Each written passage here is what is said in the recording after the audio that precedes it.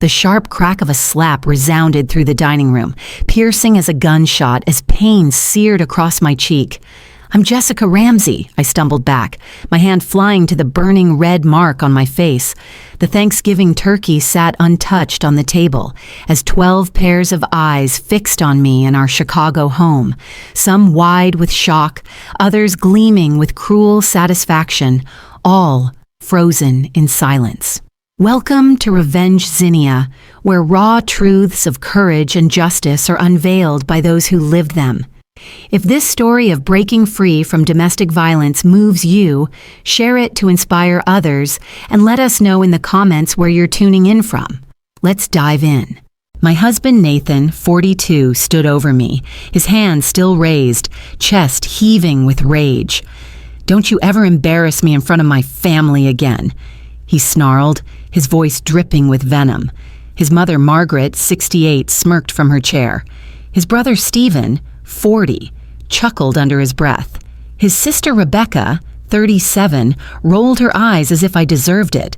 But then, from the corner of the room came a voice so small yet so sharp it could cut through steel. "Daddy!"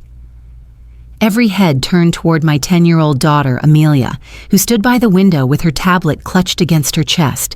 Her dark eyes, so much like mine, held something that made the air in the room shift, something that made Nathan's confident sneer falter. "You shouldn't have done that," she said, her voice steady and eerily calm for a child, "because now Grandpa is going to see." The color drained from Nathan's face. His family exchanged confused glances, but I saw something else creeping into their expressions, a flicker of fear they couldn't yet name. "What are you talking about?" Nathan demanded, but his voice cracked. Amelia tilted her head, studying him with the intensity of a scientist examining a specimen. "I've been recording you, Daddy, everything for weeks, and I sent it all to Grandpa this morning." The silence that followed was deafening. Nathan's family began to shift uncomfortably in their chairs, suddenly understanding that something had gone terribly, irreversibly wrong. "He said to tell you," Amelia continued, her small voice carrying the weight of impending doom, "that he's on his way." And that's when they started to pale. That's when the begging began. 3 hours earlier, I, Jessica Ramsey, 38, had been standing in our Chicago kitchen, methodically basting the turkey while my hands shook with exhaustion. The bruise on my ribs from last week's lesson still ached with every movement, but I couldn't let it show. Not with Nathan's family coming over, not when any sign of weakness would be seen as ammunition. "Jessica, where the hell are my good shoes?" Nathan's voice boomed from upstairs, and I flinched despite myself.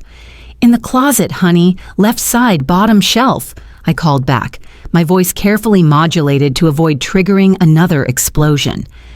Amelia sat at the kitchen counter, supposedly doing homework, but I knew she was watching me. At 10 years old, she had learned to read the warning signs better than I had.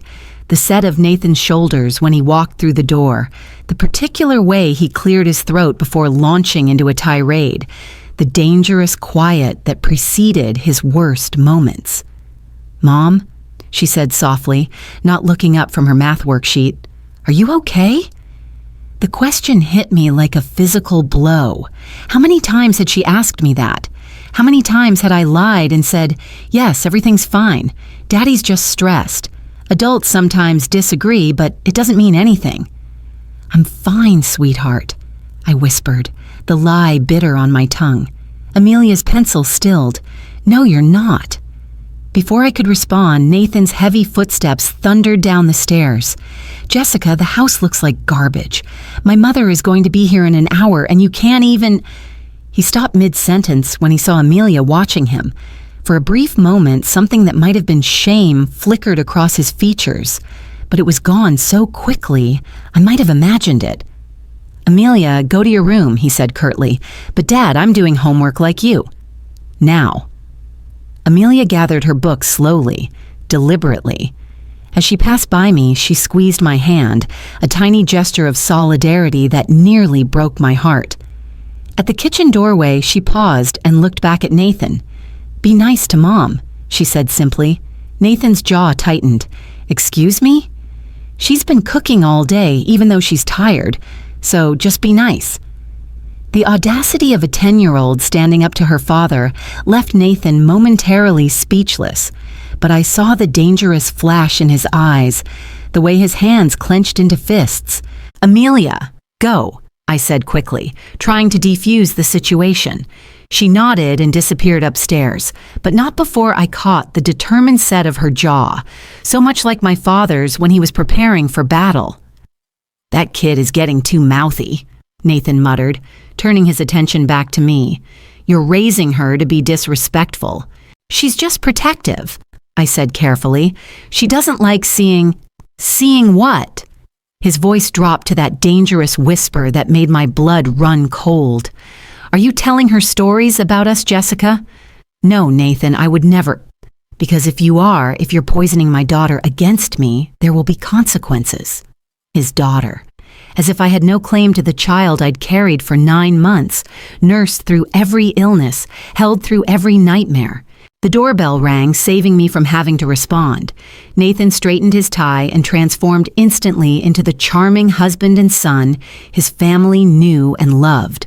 The switch was so seamless it was terrifying. Showtime, he said with a cold smile. Remember, we're the perfect family. Nathan's family descended on our Chicago home like a swarm of well-dressed locusts, each carrying their own arsenal of passive-aggressive comments and thinly veiled insults. His mother, Margaret, swept in first, her critical gaze immediately scanning the house for flaws. Oh, Jessica dear, she said in that syrupy tone that dripped with condescension. You've done something with the decorations. How rustic. I'd spent 3 days perfecting those decorations. Nathan's brother, Stephen, arrived with his wife, Claire, both sporting designer clothes and superior smirks. Smells good in here, Stephen said, then added under his breath, for once. The real barb came from Nathan's sister, Rebecca, who made a show of hugging me while whispering, You look tired, Jessica. Are you not sleeping well? Nathan always says stressed wives age faster. I forced a smile and nodded, playing my role in this twisted theater. But I noticed Amelia standing in the doorway, her tablet in her hands, those sharp eyes cataloging every slight, every cruel comment, every moment her father failed to defend me. Throughout dinner, the pattern continued. Nathan basked in his family's attention while they systematically diminished me with surgical precision. Jessica's always been so simple, Margaret said while cutting her turkey. Not much education, you know. Nathan really married down, but he's such a good man for taking care of her. Nathan didn't contradict her. He never did. Remember when Jessica tried to go back to school? Rebecca laughed. What was it? Nursing? Nathan had to put his foot down. Someone needed to focus on the family. That wasn't how it happened. I'd been accepted into a nursing program at a Chicago college, had dreams of financial independence, of a career that mattered. Nathan had sabotaged my application, told me I was too stupid to succeed, that I'd embarrass him by failing, but I said nothing. I smiled and refilled their wine glasses and pretended their words didn't slice through me like broken glass. Amelia, however, had stopped eating entirely. She sat rigid in her chair, her small hands clenched in her lap, watching her father's family tear her mother apart piece by piece. The breaking point came when Stephen started talking about his wife's new promotion. Claire's making partner at her firm, he announced proudly. Of course, she's always been the ambitious type, not content to just exist. The word exist hung in the air like a slap. Even Claire looked uncomfortable with her husband's cruelty. That's wonderful, I said genuinely, because despite everything, I was happy for any woman succeeding in her career. It is, Margaret chimed in. It's so refreshing to see a woman with actual drive and intelligence. Don't you think so, Nathan? Nathan's eyes met mine across the table, and I saw the calculation there. The choice between defending his wife or maintaining his family's approval. He chose them. He always chose them. Absolutely, he said, raising his glass. To strong, successful women. The toast wasn't for me. It was never for me. I excused myself to the kitchen, needing a moment to breathe, to collect the pieces of my dignity that lay scattered across the dining room floor. Through the doorway, I could hear them continuing their assault in my absence. "She's gotten so sensitive lately," Nathan was saying.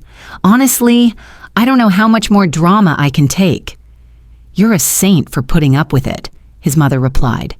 That's when Amelia's voice cut through their laughter like a blade. "Why do you all hate my mom?"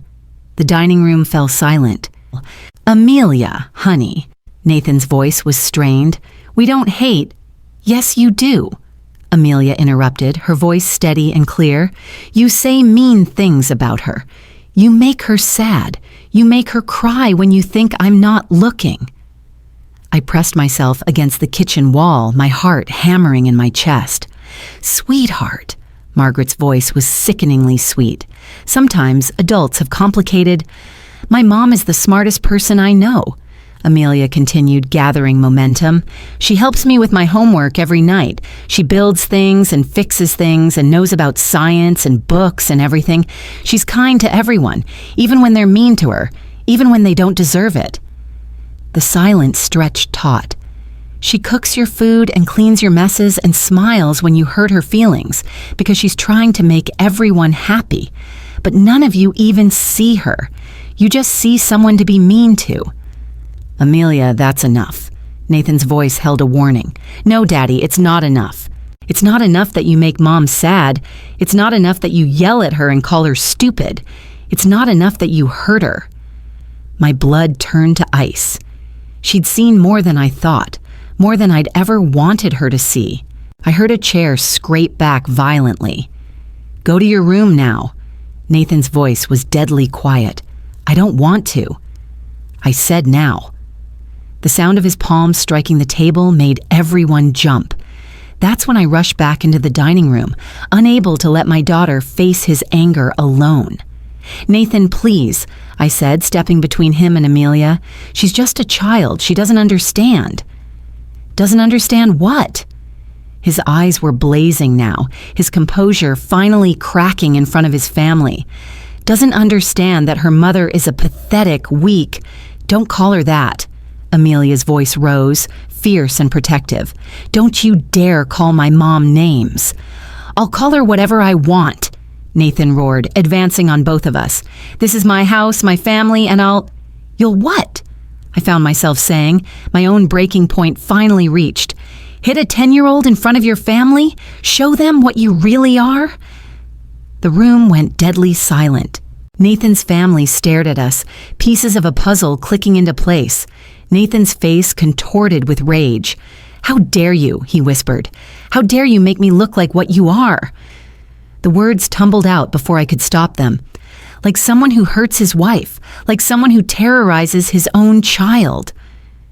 That's when his hand came up. That's when the world exploded into pain and humiliation and the crushing weight of public betrayal. And that's when Amelia stepped forward and changed everything. Before we continue, please write in the comment which country you are watching this video from. We love knowing where our global family is tuning in from. And if this is your first time on this channel, please subscribe. Your support helps us bring even more epic revenge tales to life. 1 month earlier, "Mom, can you help me with my school project?" I looked up from the pile of bills I'd been sorting. Medical bills from the emergency room visit in Chicago where I told the doctors I'd fallen down the stairs. Amelia stood in the doorway of my bedroom, her tablet in her hands, and an expression I couldn't quite read on her face. "Of course, sweetheart. What's the project about?" "Family dynamics," she said carefully. "We have to document how families interact and communicate." Something in her tone made me uneasy. "What do you mean, document?" "Take videos, record conversations, show examples of how family members treat each other." Her eyes met mine, dark and serious. "Mrs. Thompson says it's important to understand what healthy families look like versus other kinds." My heart clenched. Amelia's teacher, Mrs. Thompson, 45, had always been perceptive, always asked the right questions when Amelia came to school with shadows under her eyes or flinched when adults raised their voices. Amelia, you know that some things that happen in families are private, right? Not everything needs to be shared or recorded. I know, she said, but there was something in her voice, a determination that reminded me so strongly of my father, it took my breath away.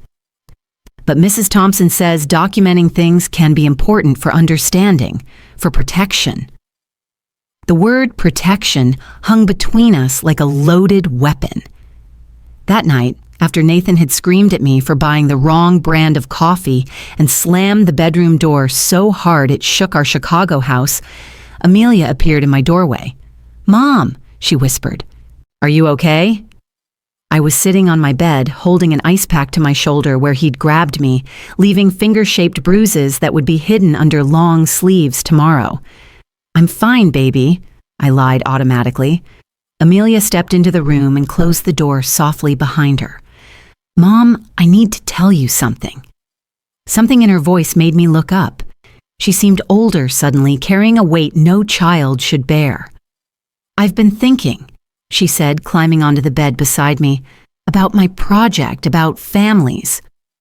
"Amelia, I know Daddy hurts you," she said quietly, the words falling between us like stones into still water. "I know you pretend he doesn't, but I know." My throat closed. "Sweetheart, sometimes adults—" "Mrs. Thompson showed us a video," Amelia interrupted, "about families where people get hurt. She said if we ever see anything like that, we should tell someone who can help." "Amelia, you can't—" "I've been recording, Mom." The words hit me like a physical blow. "What?" Amelia's small hands trembled as she held up her tablet. "I've been recording him when he's mean to you, when he yells, and when he hurts you. I have videos, Mom. Lots of them." Horror and hope poured into my chest. "Amelia, if your father finds out—" "He won't," she said with frightening certainty. "I'm careful. I'm really, really careful." She opened her tablet and showed me a folder labeled Family Project. Inside were dozens of video files, each one time-stamped and dated. "Amelia, this is dangerous. If he catches you—" "Mom," she said, her small hand covering mine, "I won't let him hurt you anymore. I have a plan." The look in her eyes, ancient, determined, and absolutely fearless, chilled me to the bone. "What kind of plan?" Amelia was quiet for a long moment, her fingers tracing patterns on the bedspread. "Grandpa always said that bullies only understand one thing." My father, Colonel Robert Carter, 65, of course. Amelia adored my father, called him every week, listened with rapt attention to his stories about leadership and courage, and standing up for what's right. He was a colonel in the army, a man who commanded respect and had never backed down from a fight in his life. "Amelia, you can't involve Grandpa. This is between your father and me." "No, it's not," she said firmly. "It's about our family, our real family. And Grandpa always says, family protects family." Over the next month, I watched my 10-year-old daughter become someone I barely recognized. She was still sweet, still my baby, but there was a steel in her spine that hadn't been there before. She moved through our Chicago house like a tiny soldier on a mission, documenting every cruel word, every raised hand, every moment Nathan showed his true nature. She was careful, devastatingly careful. The tablet was always positioned innocuously, propped against books or hidden behind picture frames. She never filmed for long, just captured the worst moments and then stopped. Nathan never suspected that his own daughter was building a case against him, piece by damning piece. I tried to stop her twice. The first time, she simply said, "Mom, someone has to protect us." The second time, she showed me a video of Nathan shoving me into the refrigerator so hard it left a dent in the door. "Look at yourself," she said quietly. "Look how small you make yourself. Look how scared you are."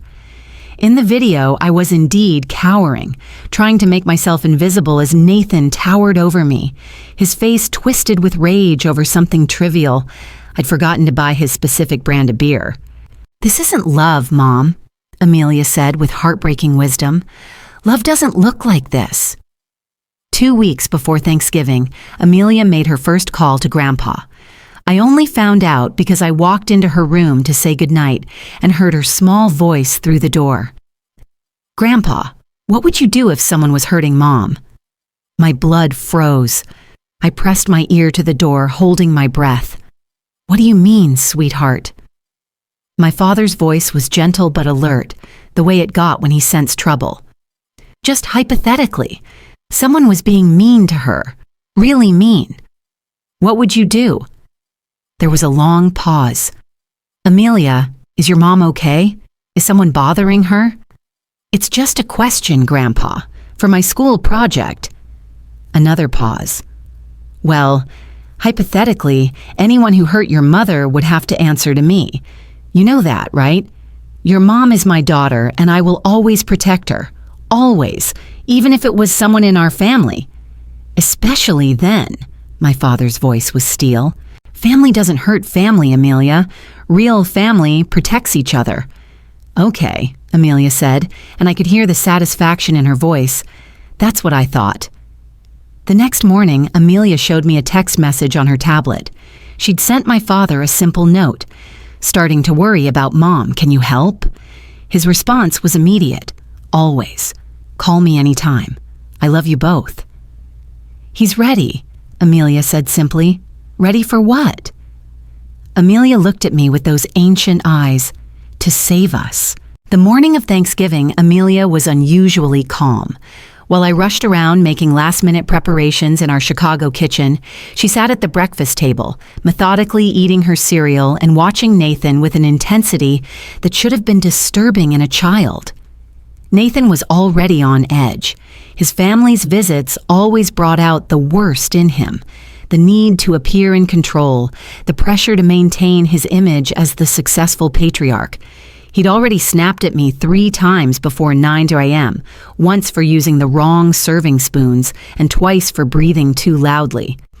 Remember, he said, straightening his tie in the hallway mirror, today we are the perfect family. Loving husband, devoted wife, well-behaved child. Can you manage that, Jessica? Yes, I whispered. And you? He turned to Amelia. No more of that attitude you've been showing lately. Children should be seen and not heard when the adults are talking. Amelia nodded solemnly. I understand, Daddy. Something about her easy compliance should have warned him. But Nathan was too focused on his own performance to notice the calculating look in his daughter's eyes.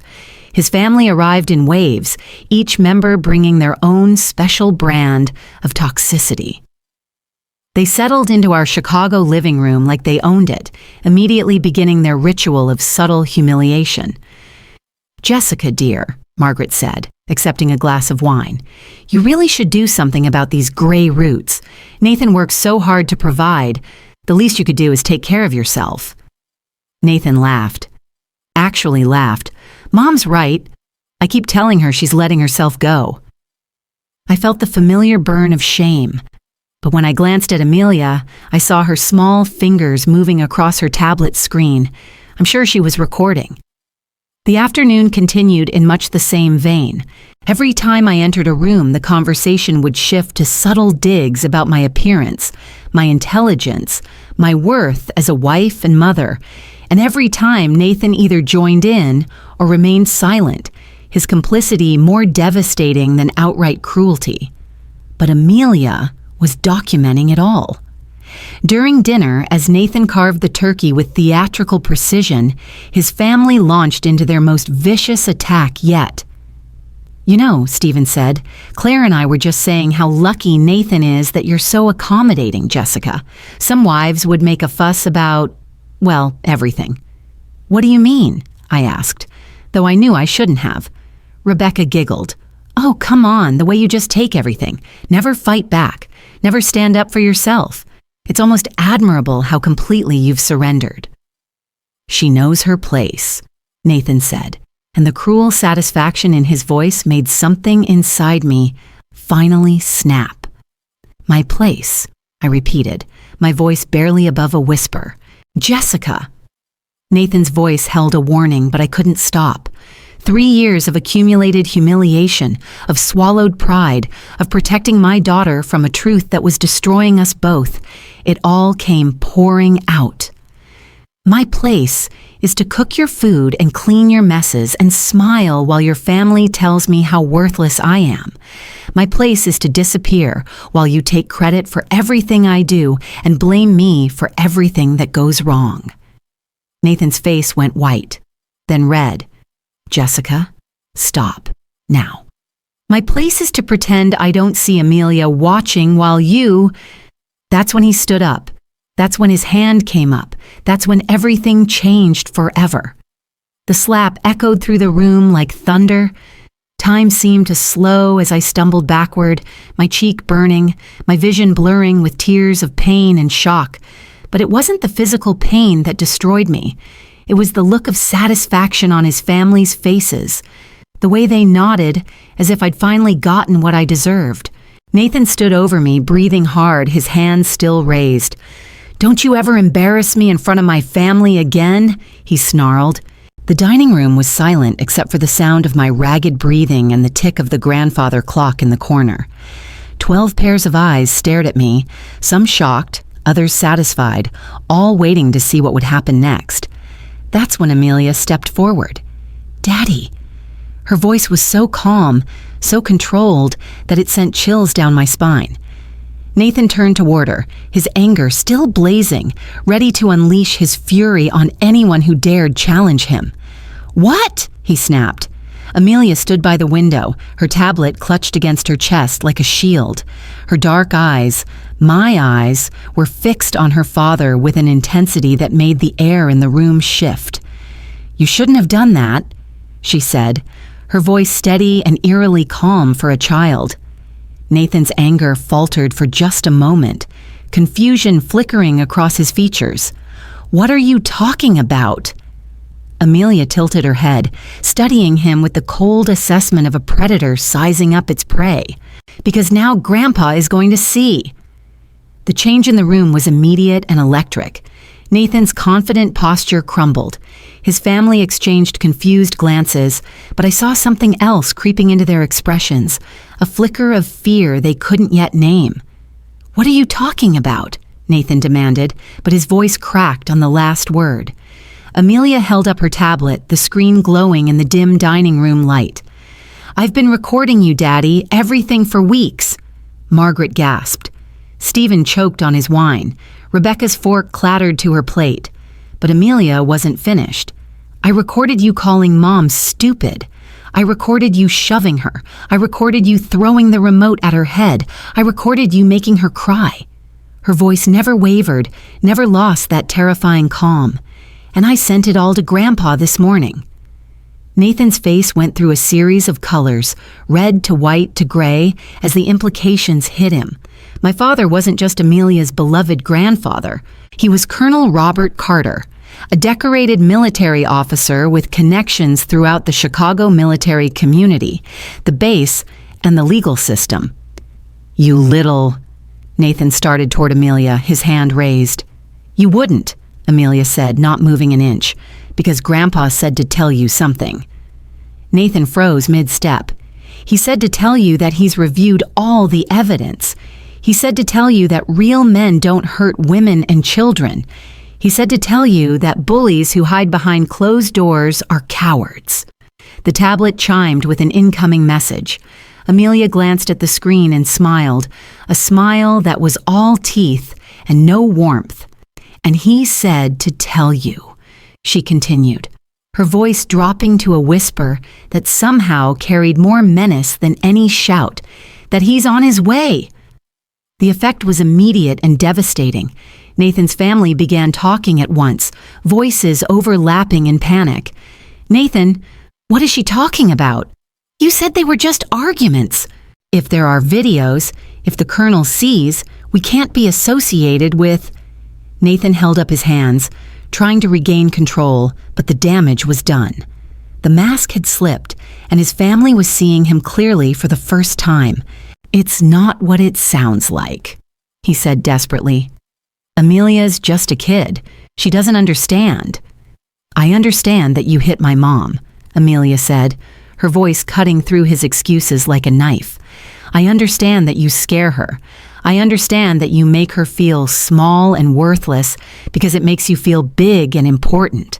She paused, looking around the room at Nathan's family with withering disdain. And I understand that all of you knew and didn't care because it was easier to pretend Mom was the problem. Margaret's face had gone ashen. Amelia, surely you don't think we would support... You called her stupid. You called her worthless. You said Daddy married down. You said she was lucky he put up with her. Amelia's voice was relentless, cataloging every cruelty with perfect recall. You made her smaller every time you came here. You helped him break her. The silence that followed was deafening. Nathan was staring at his daughter as if seeing her for the first time, and what he saw clearly terrified him. This wasn't the quiet, obedient child he thought he knew. This was someone who had been watching, learning, planning. How long? He whispered. How long what, Daddy? How long have you been recording me? Amelia consulted her tablet with clinical precision. 43 days, 17 hours, and 36 minutes of footage. Audio recordings of another 28 incidents. The numbers hit the room like physical blows. Stephen was openly staring, his mouth hanging open. His wife Claire had tears in her eyes. Jesus, Nathan, Stephen breathed. What have you done? I haven't done anything, Nathan exploded, his composure finally shattering completely. She's lying. She's a manipulative little... Amelia calmly turned her tablet around, showing the screen to the room. On it, clear as day, was a video of Nathan grabbing me by the throat and slamming me against the kitchen wall while screaming about dinner being 5 minutes late. This was Tuesday, Amelia said conversationally. Would you like to see Wednesday? Or maybe Thursday when you threw the coffee mug at Mom's head? Nathan lunged for the tablet, but Amelia was ready. She darted behind my chair, her finger hovering over the screen. I wouldn't, she said calmly. This is all backed up. Cloud storage, Grandpa's phone, Mrs. Thompson's email, the Chicago police station's tip line.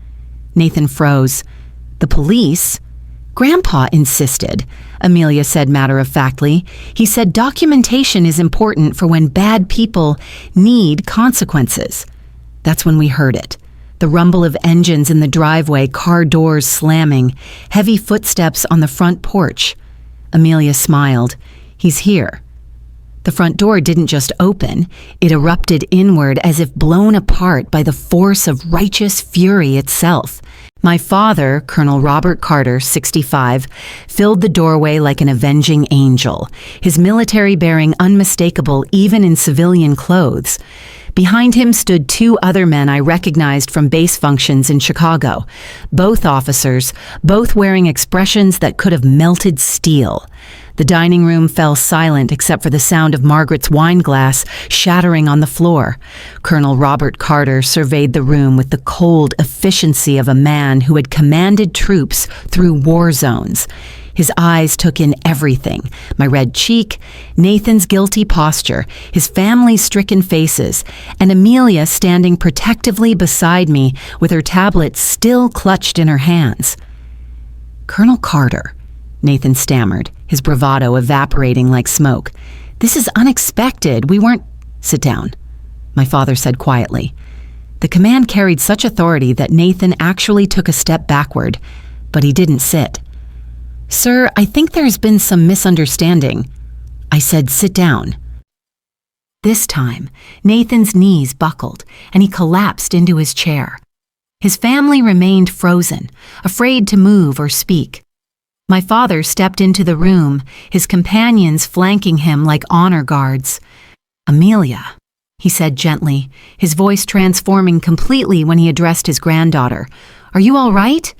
Yes, Grandpa, she said, running to him. He scooped her up in one arm while keeping his lethal gaze fixed on Nathan. And your mother. Amelia's eyes flicked to my burning cheek. She's hurt, Grandpa. Again. The temperature in the room seemed to drop 10 degrees. My father set Amelia down carefully and approached me, his trained eyes cataloging every visible injury with clinical precision. When he gently touched my cheek, examining the handprint Nathan had left there, his jaw clenched so tight I heard his teeth grind. "How long?" he asked quietly. "Dad, How long, Jessica?" I couldn't lie to him. Not with Amelia watching, not with the evidence displayed so clearly on my face. 3 years. The words hung in the air like an execution sentence. My father turned slowly to face Nathan, and I had never seen him look more dangerous, not in combat photos, not in his most intimidating military portraits. Nothing compared to the controlled fury radiating from him now. 3 years, he repeated, his voice conversational. 3 years you've been putting your hands on my daughter. "Sir, it's not what you think," Nathan began. 3 years you've been terrorizing my granddaughter." "I never touched Amelia. I would never—" "You think because you didn't hit her, you didn't hurt her?" My father's voice rose slightly, and Nathan actually whimpered. "You think a child can watch her mother being abused and not be damaged? You think what you've done to this family isn't a crime against that little girl?" Margaret finally found her voice. "Colonel Carter, surely we can discuss this like civilized adults?" My father's gaze shifted to her, and she immediately fell silent. "Mrs. Harris," he said politely, "your son has been physically and emotionally abusing my daughter while you sat in this very room and called her worthless. Your entire family has enabled and encouraged his behavior. You are complicit in every bruise, every tear, every night my granddaughter went to bed afraid." Margaret's face crumpled. "We didn't know." "You knew," Amelia said quietly from beside me. "You knew. You just didn't care because it wasn't happening to you." One of my father's companions, Major Wilson, 55, stepped forward and placed a tablet on the dining table. "We've reviewed all the evidence," he said formally. "Video documentation of domestic violence, audio recordings of threats and verbal abuse, photographic evidence of injuries, medical records showing repeated accidents." Nathan's face had gone completely white. "Those are private medical records. You can't—" "Your wife signed releases for everything," Major Wilson continued calmly, "retroactively dating back 3 years. She has the right to share her own medical information, especially when it documents crimes against her." "Crimes?" Nathan's voice cracked. My father stepped closer to Nathan's chair, his presence overwhelming. "Assault and battery, domestic violence, terroristic threatening, harassment, intimidation of witnesses." Nathan looked confused. "Witnesses? Your daughter, your wife, anyone who saw the bruises and injuries you caused?" My father's voice was clinical now, methodical. "Amelia's teacher, Mrs. Thompson, reported her concerns to Chicago Child Protective Services last month. There's already an open file." The room was spinning. I had no idea Mrs. Thompson had taken it that far, had no idea there were official records, formal complaints. "The question," my father continued, "is what happens next?" Nathan's family was exchanging panicked glances, finally understanding the magnitude of the situation they'd helped create. "What do you want?" Nathan whispered, and the desperation in his voice was almost pathetic. My father smiled, but there was no warmth in it. "What I want is to take you outside and show you exactly what it feels like to be helpless and afraid. What I want is to make you understand the terror you've put my family through." Nathan shrank deeper into his chair. "But what I'm going to do," my father continued, "is let the law handle you. Because unlike you, I believe in justice, not revenge." He nodded to his other companion, Captain Lopez, 48, from the base legal office in Chicago. She stepped forward with a folder in her hands. "Mr. Brooks," she said formally, "I'm here to serve you with a temporary restraining order. You are ordered to have no contact with your wife or daughter. You are ordered to vacate this residence immediately." "This is my house," Nathan exploded, desperation making him stupid. "Actually," Captain Lopez consulted her papers.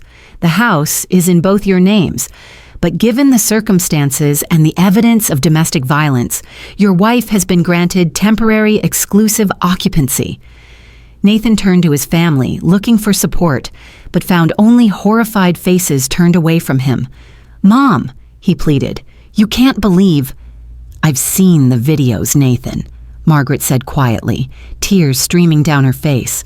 "We all have. Your grandfather would be ashamed." Stephen stood up slowly, his face gray. "Claire and I need to leave. We can't be associated with this." "You're my family!" Nathan shouted, his voice breaking. "No," Rebecca said, standing as well. "Family doesn't do what you've done. Family protects each other." As Nathan's relatives filed out of our Chicago house like mourners leaving a funeral, my father turned his attention to Amelia and me. "Pack a bag," he said gently. "Both of you, you're coming home with me tonight." "But this is our home," I protested weakly. "This was your prison," Amelia said with startling clarity. "Grandpa's house is home." Nathan was still sitting at the table, staring at the wreckage of his life. "Jessica," he said desperately, "please, I can change. I can get help. Don't destroy our family." "Over what?" I found my voice finally, the words coming stronger than they had in years. "Over you hitting me? Over you terrorizing our daughter? Over 3 years of making us afraid to breathe wrong?" "It wasn't that bad," Nathan said. "Daddy," Amelia interrupted, her voice sad now instead of angry, "I have 43 days of recordings that say it was exactly that bad." Nathan looked at his daughter, really looked at her, and seemed to finally understand what he had lost. Not just a wife, not just a house, but the respect and love of the one person who should have looked up to him most. "Amelia, I'm your father," he said brokenly. "No," she said with devastating finality. "Fathers protect their families. Fathers make their children feel safe. You're just the man who used to live here." 6 months later, Amelia and I sat in our new Chicago apartment, small but bright, with windows that let in actual sunlight and doors that we could lock without fear of who might come through them. The restraining order had held. Nathan had been convicted on multiple charges and sentenced to 2 years in prison, followed by mandatory anger management and supervised visitation with Amelia. Amelia hadn't asked to see him yet. The divorce had been swift and decisive. Nathan's family, horrified by the public nature of his crimes and terrified of their own legal exposure, had pressured him not to contest anything. I got the house, which I immediately sold for $250,000 USD. I got half of everything, plus $2,500 USD monthly support payments. More importantly, I got my life back. "Mom," Amelia said from her spot on the couch, where she was doing homework, "Mrs. Thompson wants to know if you'll speak to her class about resilience." I looked up from my nursing textbooks. Yes, I was finally pursuing that degree at a Chicago college Nathan had convinced me I was too stupid to earn. What would I say? Amelia considered this seriously. Maybe that being strong doesn't mean staying quiet. Maybe that protecting someone sometimes means being brave enough to ask for help. My 10-year-old daughter, who had orchestrated the downfall of a grown man through pure strategic thinking and unwavering determination, was giving me advice about courage. "What about you?" I asked. "Are you okay with everything that happened?" Amelia set down her pencil and looked at me with those ancient eyes that had seen too much, but somehow remained clear and hopeful. "Mom, do you remember what you used to say when I had nightmares? You'd tell me that brave people aren't the ones who aren't scared. Brave people are the ones who are scared, but do the right thing anyway." I nodded, remembering countless nights when I'd whispered those words while she trembled in my arms after hearing us fight. "You were brave," she said simply. "You stayed to protect me, even when staying hurt you. And I was brave because I knew I had to protect you. We protected each other." Tears blurred my vision. "I should have left sooner. I should have—" "Mom," Amelia interrupted gently, "you left when you were ready. You left when it was safe. You left when you knew we'd be okay." She was right. Of course, my brilliant, remarkable daughter was right. The truth was, I hadn't left. We had escaped. And we had escaped because a 10-year-old girl had been braver and smarter and more strategic than any adult in the situation. She had seen what needed to happen and made it happen, methodically, carefully, and with devastating effectiveness. "Do you miss him?" I asked quietly. "Your father." Amelia was quiet for a long moment. "I don't miss being afraid all the time. I don't miss watching you get smaller and sadder every day. I don't miss him at all. He was mean." She paused, then added, "But I like who you are now. You're getting bigger again." She was right about that too. I was getting bigger, stronger, louder. I laughed more. I slept better. I had opinions again, dreams again, hopes for the future again. "Mom!" Amelia's voice was small now, vulnerable in a way she rarely allowed herself to be. "Yes, sweetheart. Do you think other kids have to do what I did? Record their parents and make plans and all of that?" The question broke my heart. "I hope not, baby. I really hope not." "But if they do," she said, her voice growing stronger, "I want them to know they can, that they're not tattling or being bad, that sometimes kids have to save their families because the adults can't." I set aside my textbooks and pulled her into my arms, this child who had saved us both. "You know what, Amelia? I think you might be the bravest person I've ever known." She snuggled against me, and for a moment she was just my little girl again, not the strategic mastermind who had brought down her abuser with military precision. "I learned it from Grandpa," she said, "and from you. You just forgot for a while." Outside our Chicago apartment windows, the sun was setting, painting the sky in brilliant oranges and pinks. Tomorrow I had classes and Amelia had school, and we both had therapy appointments where we continued to process everything that had happened. But tonight we were safe. We were free. We were home. And Nathan? Nathan was exactly where he belonged, paying the consequences for his choices, stripped of his power, his family, and his victims. Sometimes justice looks like a 10-year-old girl with a tablet and a plan. Sometimes revenge is just letting the truth speak for itself. 3 years later, Amelia is now 13. I still have all the videos.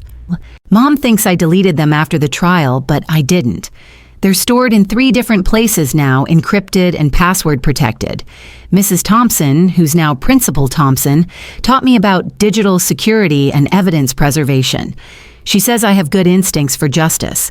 Mom graduated nursing school last year. She works in the emergency room at a Chicago hospital now, helping other people who come in with accidents and falls.